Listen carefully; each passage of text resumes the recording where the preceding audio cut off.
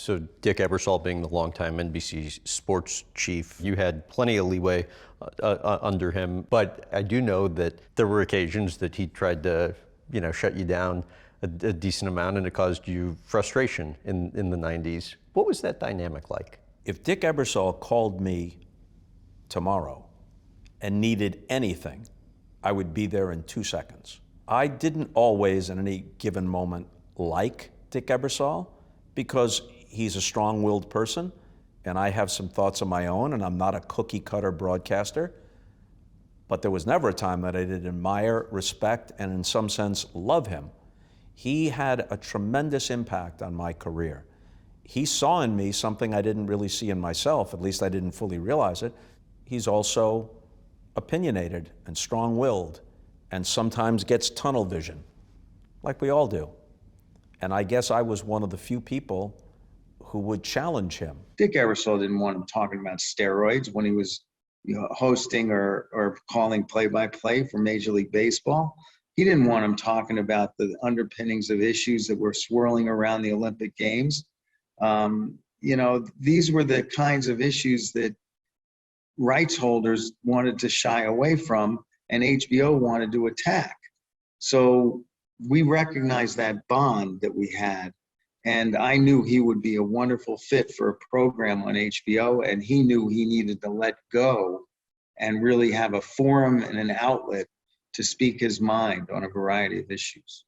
A very intelligent friend of mine said to me sometime, maybe 15 years ago, there's two Bobs. There's HBO Bob and there's Olympic Bob.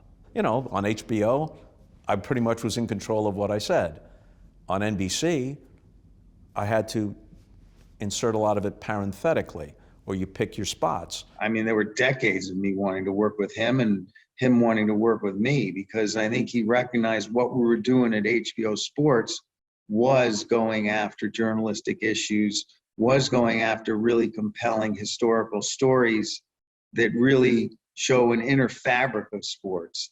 And that's something that he wasn't able to do at the network. So what was involved with actually being able to give him and make happen that platform?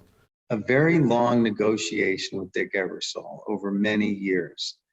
I went after him 2 or 3 times. The first time, honestly, wanted Bob Costas as the first host of Real Sports in the mid-90s. And at the time, Bob was obviously entrenched at NBC.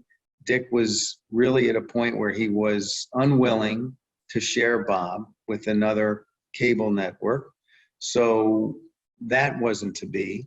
But then as time went on and Bob's frustrations grew and he gained a little leverage with Dick and with NBC, it was time. And he recognized the talent of Bob Costas, and he knew he had to, at some point, satisfy his number one talent in the face of the sports network at NBC. So Dick was very gracious in allowing us to spearhead getting Bob Costas on HBO with a brand new show. HBO is performer's paradise, always has been, completely supportive. What do you want to do? We'll give you all the resources on the platform to do it. You don't have to fight for it. We're pulling on the same end of the rope as you are.